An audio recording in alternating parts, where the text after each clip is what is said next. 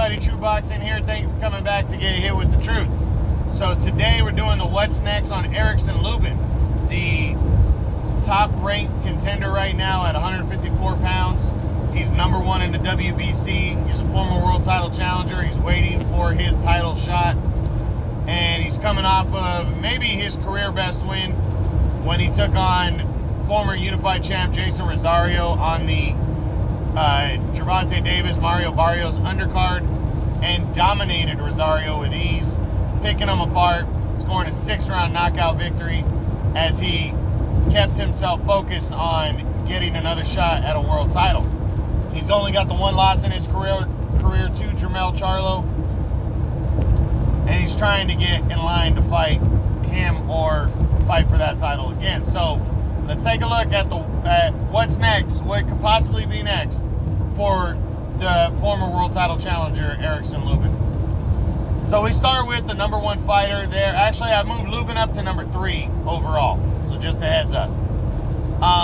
Let's look at the number one fighter there, and that's Jermell Charlo, the unified champion. This will be a rematch for Lubin, and to be honest, win or lose for Charlo on July 17th, I don't think he's fighting Erickson Lubin in a rematch.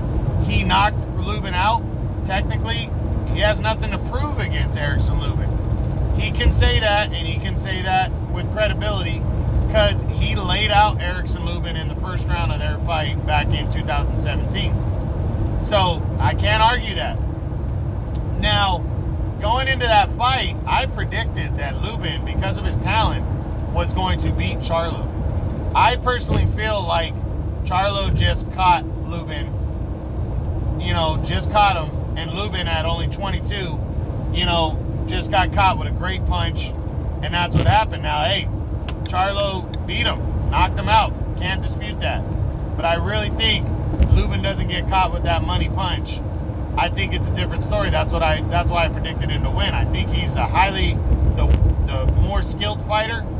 I think if he doesn't get caught with a big shot, he can beat Jermell Charlo, and he's the number one contender to Charlo's belt, but Charlo's fighting for the undisputed title.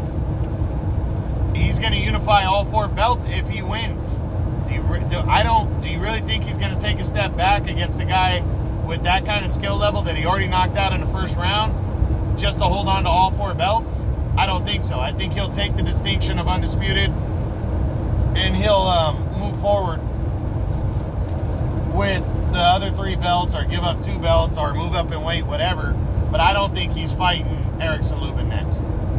Number 2 is the undefeated Brian Castano. Now, this is a different story. If Brian Castano were to upset Jermell Charlo, become the undisputed champion, would he defend a mandatory fight against Erickson Lubin? I think it's a lot more likely that Castano does it. Of course, I think Castano's going to go after bigger names, but I definitely think he would consider a showdown here with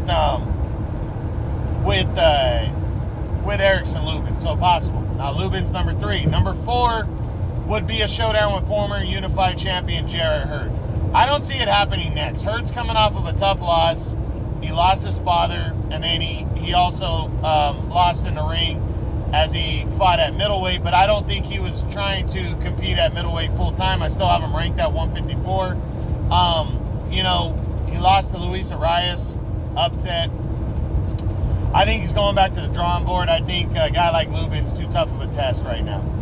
Number 5 is former champ Tony Harrison.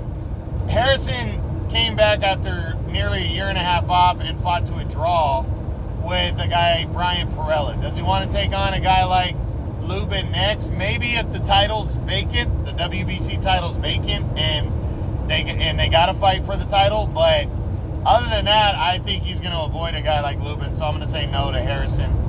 Number 6 is undefeated Tim Tszyu. Tszyu is lining himself up to fight for the WBO title.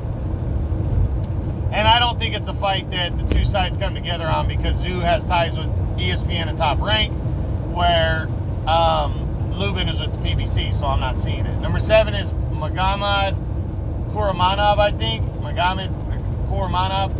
Kurmanov fights with DAZN. I really don't think, unless he becomes a mandatory, the number 2 in the WBC to fight for the vacant title, I don't see him getting a crack at Erickson Lubin for in his next fight, Lubin fighting him. Number 8 is Sebastian Fundora. This would be an interesting fight, but I don't think it's a fight Lubin wants next. I think he wants to claim a world title and fight for one first.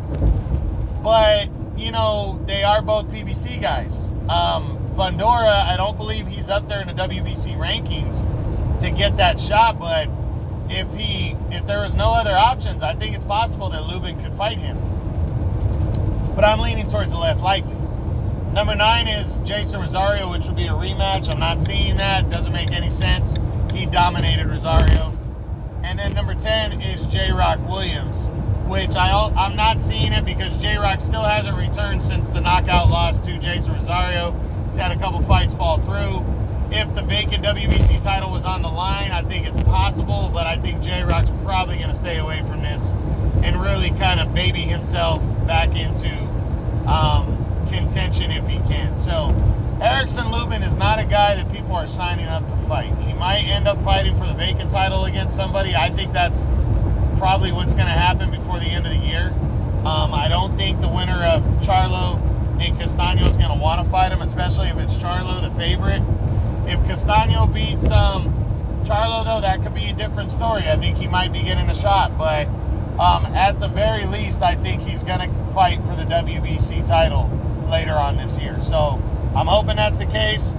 That's it. That's the what's next on Erickson Lubin, the former world title challenger at 154. I hope you guys enjoyed it. True Boxing, you've been here with the truth.